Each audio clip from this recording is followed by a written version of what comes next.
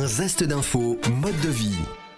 Dans notre chronique mode de vie, un zeste d'infos, nous partons chez un notaire qui répond à nos questions et c'est avec Jessie Willens que nous allons parler de nos droits. Quand on achète un bien, à quel moment s'adresser à un notaire? C'est la question que nous avons posée à maître Sylvain Plantelin.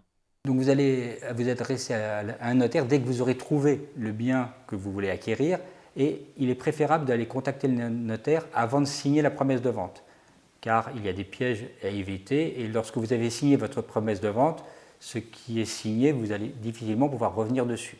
Alors on sera très attentif sur les travaux qui auraient pu être réalisés et il est préférable de savoir si l'on a toutes les autorisations avant de signer la promesse de vente plutôt que le découvrir après.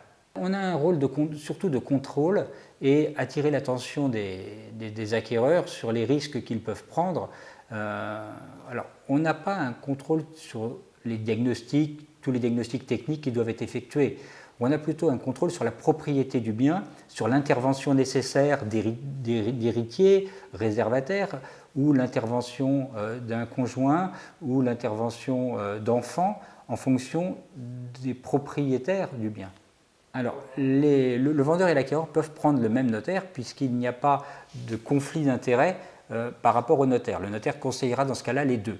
Maintenant, chaque partie peut décider de prendre son propre notaire, un notaire pour le vendeur, un notaire pour l'acquéreur, sachant que les coûts sont exactement les mêmes puisque les frais de notaire sont tarifés. Lorsque vous achetez un bien immobilier, par exemple, les honoraires du notaire inclus dans l'ensemble des taxes que vous payez s'élèvent à peu près à 0,8% hors taxes du prix. L'ensemble des autres frais sont les taxes.